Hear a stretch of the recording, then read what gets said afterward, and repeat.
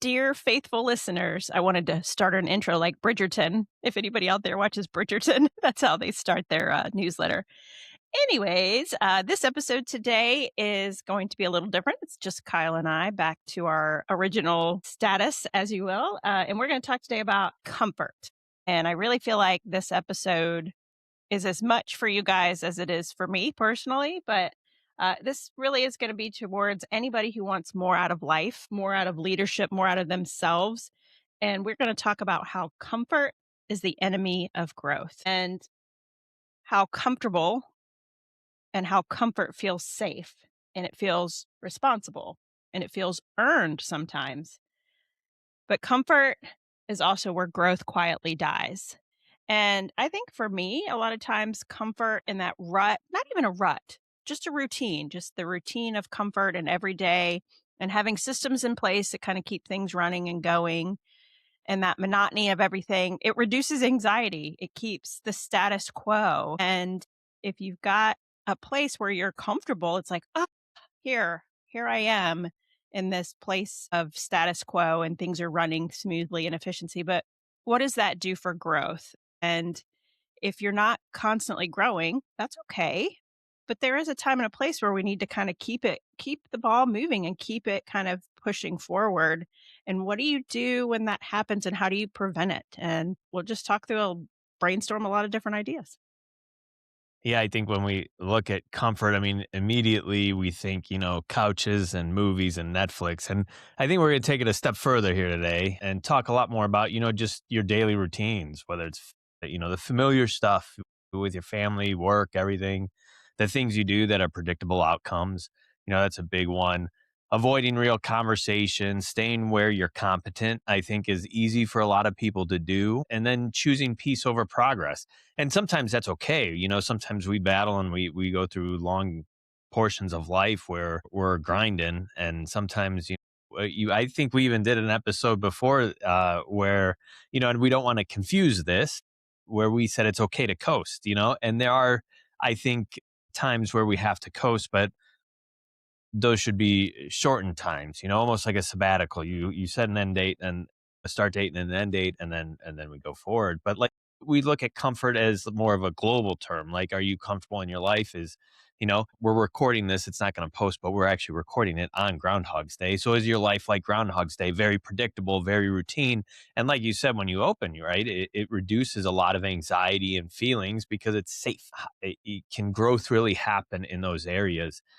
It's interesting we're doing this topic. My wife and I were just having this conversation about comfort and complacency and how it just restricts so much potential, I think, in so many people. But the feelings it gives you, that safety and security, it's like this battle that you have to, enter into and be aware of. Like, hey, this life has become comfortable for me. Is there more out there? Do I need to push myself? And when we look at comfort, there's so many things, whether it's a career, whether it's social circles, whether it's anything, that is just kind of normal and doesn't push those boundaries of where you're at today. And how do we get out of that? How do we push ourselves beyond that? Where does that come from, and how do we pursue and constantly try to make progress? I am a firm believer. I strongly believe when you are comfortable, you cannot grow. There is no way. Struggle is where growth happens. There's no other way it happens. We can't just be comfortable and coasting through life and nothing going bad, and there's just nothing to take away from that. So sometimes we have to push those boundaries ourselves individually. Sometimes we have to use those external environments to do that for us as well. So it's one of these areas that, again, it's just very interesting to be talking about, because it's almost like this episode is going to be a talk to myself. Yeah, that's Like, how I hey, felt too.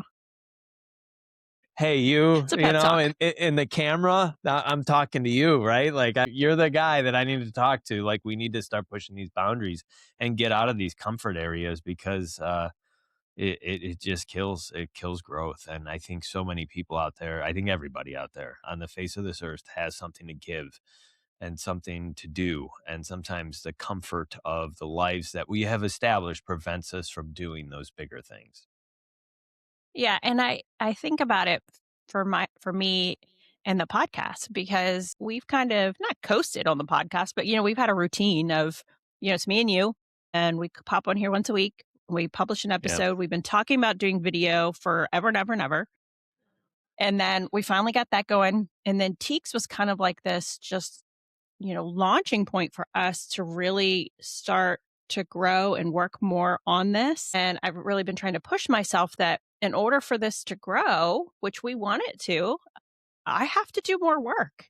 And I Yeah. have to come home in the evenings and sit down and open a computer again, even after we've recorded and even after, I've worked a long day or I've been on call or whatever, that I've got to put more effort into it. And I have to be uncomfortable, right? I have to do the Hmm. work for it to work. And it's not fair, for you to do hours on the software. And then, so I've been really trying to push myself there. And I think it's paying off. And we have a lot of new followers and tons of new leads of guests to have on the show, which I think really adds value to our show and getting, new points of view. And we've had such amazing conversations with folks over the last Yeah.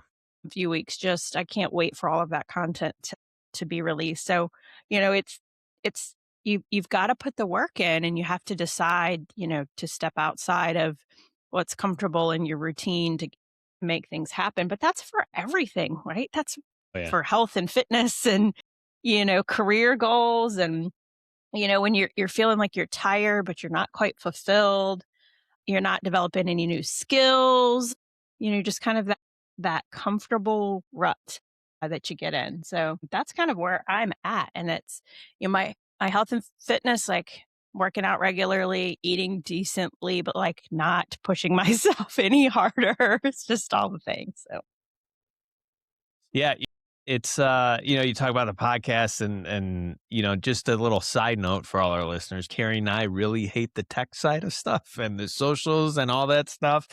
So that is really pushing us out of our comfort zones and sitting yeah. and figure this out. There are many of times I want to take my computer and just throw it against the wall, So, but we're learning, right? And I guess it's again our own pep talk here today about growth and the suck of all the uncomfortableness of doing some of these things and even like seeing yourself on camera on out there. I like that's very interesting, but anyways, yeah, it does apply to everything, and as we get older and more mature and things change, everything changes. And I think it's just looking at how do we challenge ourselves and push ourselves out of these comfort zones.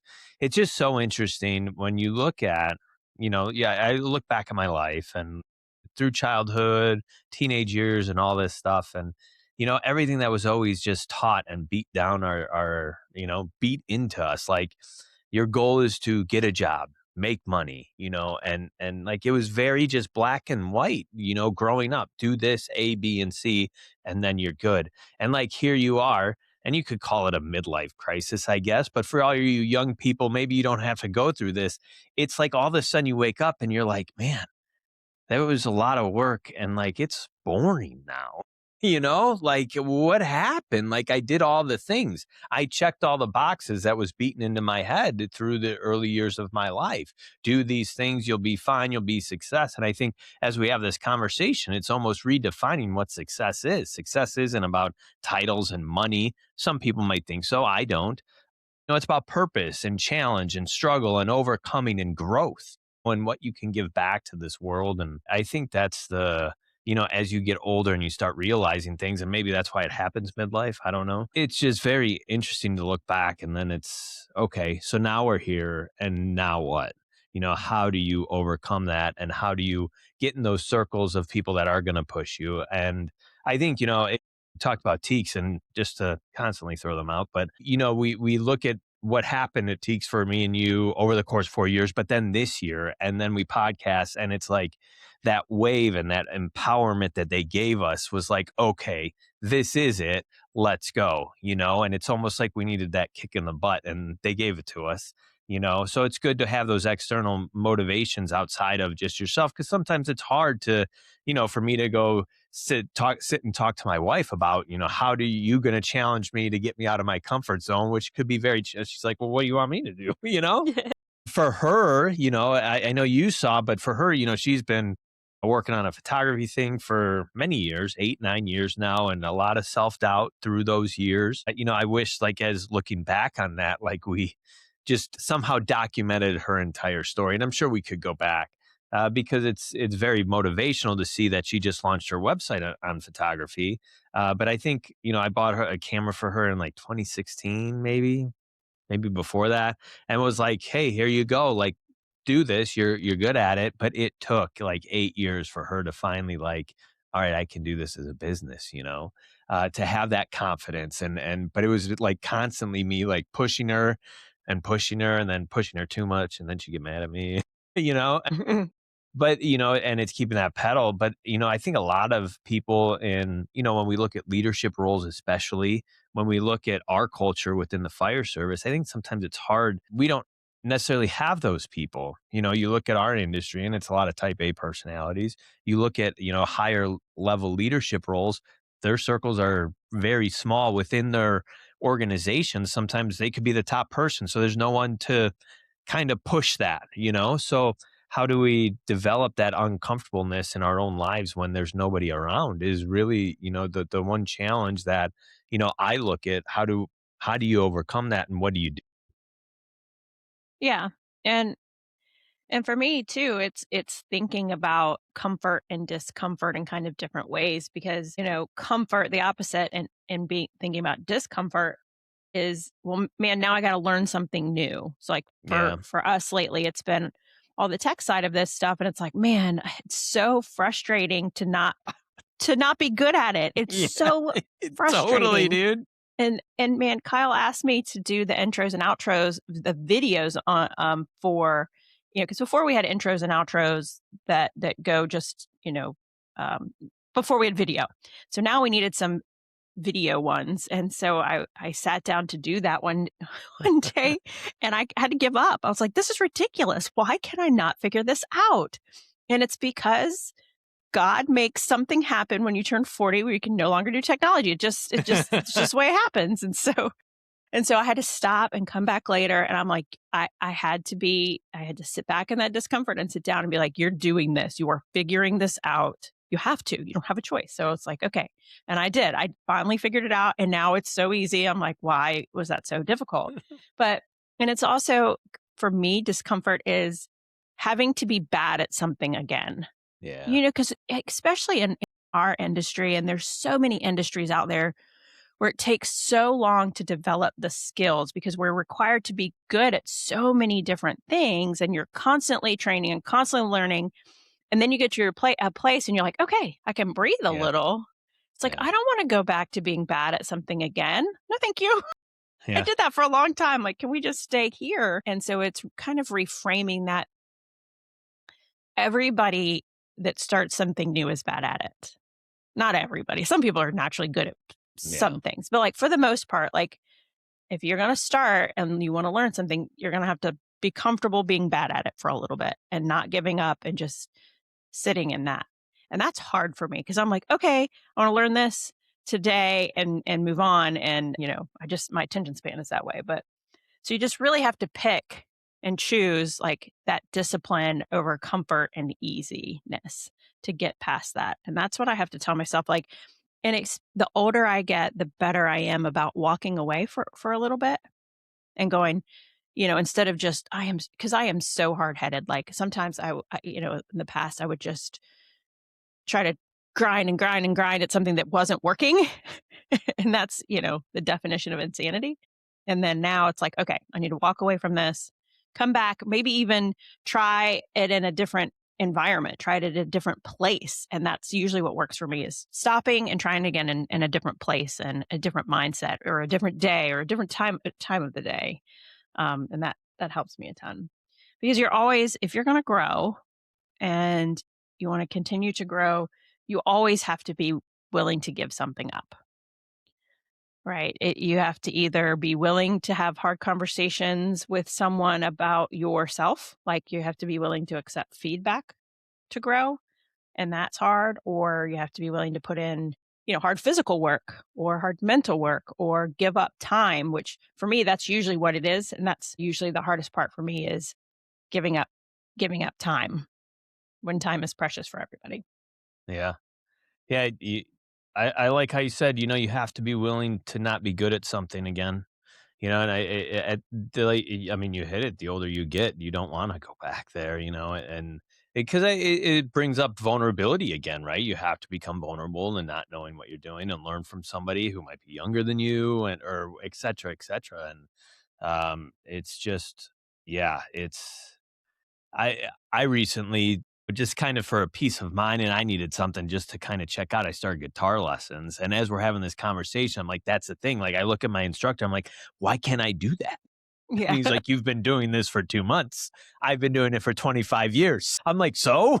Like, Yeah. it looks easy, right? Like, I should be that good already. So and maybe there's one of the things, like, if you're there and you're trying to figure out how to make yourself uncomfortable, go learn an instrument. That'll make you a little uncomfortable, but there's so many other things out there, But yeah, really having that idea that I can't be good. We're not good at everything. So find those things. And it's an opportunity to look at, maybe hobbies or things you never did that you always wanted to do, and just pull yourself out of maybe your career or your job and do something just completely off the cuff that, is not just going to provide an area of growth in a new skill, but as we learn a new skill, we're also learning different things about ourselves, how to cope through different types of emotions, because as we go through this life, we just get used to how we react to certain emotions. And then we're able to compartmentalize really well and do things very well. But then again, get into a new position of not being good at something. And then there's going to be these emotions, and now you have to deal with them. So it squashes your ego. It makes you humble. These are the things that work. And it doesn't necessarily have to be within our culture and in our industries as well. One thing I look at, and when I think of like organizations, and you think of, you could think of good or great organizations and bad organizations. And we look at, so if we apply this on an organizational level and you look at organizations that are very comfortable, and are they growing or are they not growing? And usually they're not. And why? There's always this big talk, and I don't know if it's by you as well. And I don't know, it's typically seems like from at least your organization, everybody moves up from within your organization We've hired one of our assistant chiefs from the outside. from the outside. Yeah. In Illinois, it's like very, I don't know, it's different across every organization is different, and whether inside, outside, bad, good, whatever. But sometimes, like, bringing somebody in from the outside is a good thing. It's a really good thing, even if your organization is running smoothly, even if you have a great organization, right? But if everybody's kind of homegrown, you end up getting comfortable without even noticing it, and you just are going through the motions of taking all these steps and doing all these things, which are extremely positive. But what if that outsider comes in and like could take you from here and really elevate an organization? Sometimes no, right? There's risk and reward with every decision that we make. So we have to understand that. But when we stay within organization, not just the fire service, it's within any corporate or any type of structure out there. When we look at the outside and people we might not necessarily know, and we're just learning about them through a resume or through phone calls and reference checks, we don't know. And that could be a little intimidating and scary for an organization, especially an organization that's running extremely well, to bring somebody in from the outside. But at the same token, like growth in order to grow, we got to be uncomfortable. We have to pull ourselves out of the norm of how we've always done things. And even if we're changing the things we do, there is some aspect to it of comfort that is always going to be there, and sometimes we can justify different moves as being taking us out of that comfort zone. But in reality, when everything is kind of homegrown and stays in, you just look at your family. Like, how do you pull your family out of the comfort zone? Things just could typically run kind of smoothly, and you get to this point, and we don't even realize how comfortable we are and how much growth we're stunting by just, we're living and we're going through the day and just going through the motions on a regular basis. So we have to pull ourselves out of that occasionally, not every day, not all the time, but occasionally we just have to challenge the norm of our lives personally, of our families' lives, and of our organizational lives, regardless of what organization that is. Yeah, and you were talking about, learning a new skill or doing something that's totally unrelated to what your profession is. And I think that is such great advice because for me personally, when I am learning something and really working hard at something completely unrelated, it's really it's somehow refreshing in my career life because it's such a distraction and it's almost such a like it unravels my stress of Yeah. my job and puts it into something else, and so it's even though the new thing or learning the new thing may be stressful, it just helps so much in my professional life because it's like I can channel this somewhere else, and it's like and then I can come in kind of refreshed and renewed at my current profession. So a lot of times I will find myself like, okay, I'm kind of in this slump. It's like, all right, I need to be doing something to kind of Yeah. kind of get invigorated again. So like, maybe it's changing up my exercise routine or like training for something different or, like just all kinds of things. Like this whole learning this whole new software with this podcast and the trying to make reels and I've created a TikTok account for us and like just all that stuff has just been it's just been nice to do something different than my job at Yeah. work and to learn it all has, it's kind of got me out of my comfort zone. Yeah. And it kinda gives it's almost like a new energy too, or a different energy, a new energy. I don't know exactly the term, but it just pulls you kind of in a slightly different direction that could be just a little bit more motivating, which, like you said, has positive effects on everything else in life. It's not just the one thing, as we start, pulling ourselves out of a comfort zone and challenging ourselves on a personal level, like the effects of that go over to every aspect of your life, whether it's your marriage, your job, whatever. Usually, if you're a little bit more motivated because we're starting to figure out this software and we're moving in this direction, or you could play a song on the guitar, like everybody in the house wins because like I'm like, hey, check this out, cool. I'm singing with my daughter, like it's like everybody wins, and I mean there's another side note, for people who have kids, like if they see you doing this and then the older you get, again, that's just a leading by example there to where they see, life is not always, just go with the flow. That's the one thing, maybe we'll talk about parenting for a little bit in families. I think, when we look at that and leadership, if you want to be a great leader, it starts in your house, and if you look at people within any organization or any aspect of life and their house is kind of not good, just where's their leadership at? But when you look at having kids, I always look at them and I'm just like, all right, what do I need to be doing? But my wife and I were sitting talking, and like our kids have had it pretty good. I'm not gonna lie, and I'm not saying that's a bad thing or a good thing. But I was like, man, we got to challenge them. How are we gonna do this? Like we really have to. They have to learn what struggle is because one day they're not gonna be under our roof and they're gonna be facing real life. I know they're young right now.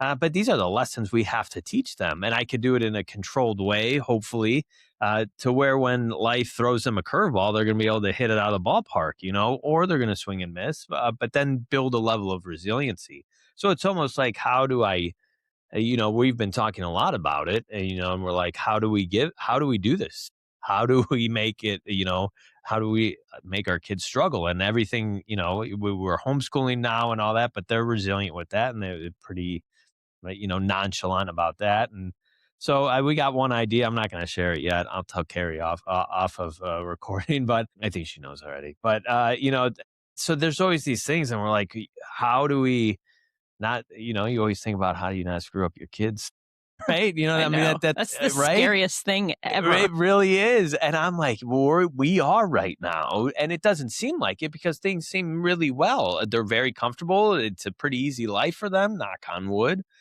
but, like, we have to throw something at them to pull them out of this, like, comfort so they can learn resiliency, so they can learn how to overcome challenges, so that they can struggle a little bit, to hopefully grow a little bit more, and we're really having this conversation. We've been having it for a few months now, like, how we have to do something. Yeah. It's just Yes, it's interesting. one of my best friends, and you've heard me say this before, she's a first grade teacher, and she always says, "You gotta work on your struggle muscle, kids." Like, Yeah, if yeah, they don't wanna, like, work hard at something or something's not coming naturally or whatever, it's like, "Oh, gotta grow your struggle muscle." yeah. So I tell that to Nick sometimes. I'm like, but man, he's almost a 14-year-old boy, and, oh, Kyle, I don't lose sleep a lot, but I do lose sleep over, is he gonna grow up and be a functioning adult? He's wonderful. He's wonderful, but sometimes, man, like, I know all Yeah. the parents out there understand. Yeah. But yeah, and you talked about your kids watching you struggle, and I think that is such a life lesson Yeah. for them to see you not give up, when something's hard is so, so powerful. And it's powerful for your kids, it's powerful for your spouses, it's powerful for your coworkers too. And I think for our younger listeners, well, and our older listeners, that people are watching what you do when you're going through something hard at work. And, you know, if you can model a good example of that, it's very, very powerful leadership tool. Yeah. You're not a lot of times we have to guide people through something hard for them, but for them to watch you go through something difficult and model that, I think that's a very, very powerful lesson for everybody involved. And I've seen leaders in our department do that well and not do it so well, and you can learn from both ways there. Yeah, I think when we look at struggles and hard times, and let's say they're just not the planned struggles, right? Sometimes struggles are not planned and things pop up in our lives. And like you said, as a subordinate or somebody watching you go through that struggle, I think sometimes we have to look at struggles and understand that sometimes the comfort of that struggle is to just kind of go through it. And I'm going to try and make sense of all this. I don't know if it will make sense, but to just go through the struggle, whatever it is. Sometimes, though, what we really have to do is kind of change course, right? And maybe move away from that struggle or move on in a different direction. And that's okay. Sometimes we look at challenges like I have to face this challenge head on. And some you do, but some you don't. And I think there is a difference there. And there's probably so many examples we could go through. But and I think the idea would be knowing when I have to go through that and when the hard, uncomfortable decision is to walk away from that and then go down this whole new road that you have no idea what's ahead. Right? Because sometimes going through struggle, you can see the path. You could see, like, okay, I got to go through this, do this, and then I'm going to come out on the other side. And so that's why I say that could be comfortable because there's predictability there. There's understanding of what that's going to look like. But sometimes we have to that fork in the road. You got to go left instead of right, and you got to go walk by yourself. And so that's in that essence would be the uncomfortable decision to walk away from something. And just because you walk away from something doesn't mean you're weak in that, right? It can mean the exact opposite, that you have understanding, you have boundaries, you have some type of experience that is telling you or leading you in a different direction, and that's okay. So it's being able to differentiate, when do I got to go through this? When is that going to be struggle? When do I have to turn the corner and move in a different direction? And that can apply to so many different things. So it's just like, because I don't want to tell everybody like you have to overcome struggle, because I think we hear that a lot, right, in life. Like when you face a struggle, you just have to go through it. You got to get through it. And yes, I agree. Like some of those, some things we have to go through. But sometimes the real decision and the mature decision and the right decision is to turn a corner. And maybe God's leading you in a different direction or whatever the case may be. And we just have to say yes and go through that door and see what happens. Right. And there's where the real growth is going to happen. I don't know if Yeah. that made sense or not. No, it did, and I was trying to figure out because I was thinking the same kind of thing, but I couldn't figure out how to, like, kind of put it into words. But really what it boils down to me is, like, because sometimes it's you're putting off an uncomfortable conversation, and you don't wanna say the hard thing, or you don't wanna leave a room, and I don't mean figuratively, I don't mean literally leave a room, I mean, like, a friendship group Mhm. or a profession or a job or a marriage or whatever it is, and so what it boils down to me is, and we've talked about this extensively, is your values. So if you know your values, you know when the Yeah, right time for that is. And if you're in an uncomfortable situation and you're trying to decide what to do, it's like, well, what are your values telling you to do? And it should boil down to that. It's like, okay, well, I know I can't not say something. I have to yeah, because my value says I have to. My values say that this, and this, and I have to say something. Or my values say, I've got to be consistent and reliable because that's a value for me. And so even if I'm, tired or burn out or whatever, I'm still going to show up consistently because that's a value for me. So I think if you know your values, even when you get in a place like this, you can at least have something to lean Yeah. back on to help you make those decisions. Yeah, because it's so important to know. Yeah, you can be so uncomfortable in a group or a space that you're in, and you're right, people tell you just gotta deal with it or whatever, keep Right. trying, keep trying, keep trying, keep trying, do the hard work and it'll get better. Well, sometimes you just leave the room. Right. Right. And it's still gonna be a hard work, right? Yeah, And 100%, yes. sometimes you're gonna trip and fall, you're gonna trip and fall, you're gonna trip and fall, but you gotta get back up and maybe it's that new direction. And we had, when we spoke at Teaks, one of the very powerful lines that we delivered was if the position you're trying to be or the position that you're performing or the position is making you someone you're not proud of, then you're doing it wrong. And I think this applies here too. Like if you're in a space and it's making you, go against your values and you're in this uncomfortable place, like, yeah, you're doing it wrong. Like, Yeah. yeah. And it's going to be uncomfortable to figure that out, what you need to do differently. Yeah, I think it's in the aspect of, you're kinda doing it wrong, it's almost we have to learn to invite the challenge instead of inviting the, validation. In life, where I think a lot of people we're always searching for validation, we need to be validated. Okay, and I think we've talked about that in the past, and like that, I have some understanding there, absolutely. But sometimes if we're just inviting that to constantly be validated in everything that we're doing, like, there's your sign, right? You might be too comfortable, and we have to just invite those challenges in. Because if you're just looking for that validation, like Carrie just said, you're doing it wrong. And we have to look at other ways of doing things and inviting challenge into our lives so we can continue to grow. Yeah, and also don't wait for the validation is one, but also don't wait until you're ready, because 'cause you'll never Yeah. be ready. No, never. You just have to decide, like, "Okay, it's now. It's now or never. I'm doing it. I'm doing the thing," or, yeah, "I'm walking away," or, "I'm learning the thing," or, "I'm going to the gym." You can't wait till Yeah. you're ready. You just gotta go. Right. Just Yeah. gotta do it. Yeah.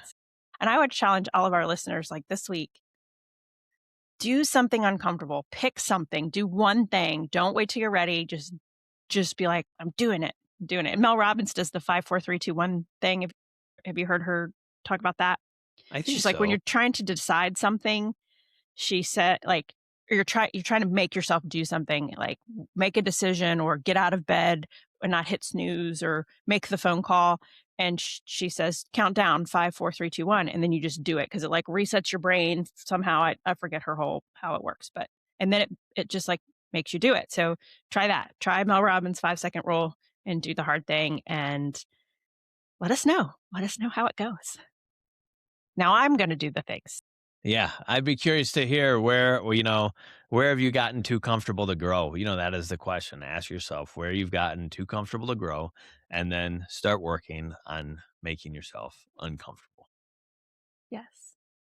Well, we thank you for tuning in again this week, and we look forward to some awesome content coming out soon with some unbelievable guests and unbelievable Yeah. moments in the podcast that I think our listeners and guests will just so much value, and the conversations we've had lately. But until then, stay warm. I think most of the country is still freezing, as I am in Virginia, and so stay warm and stay safe.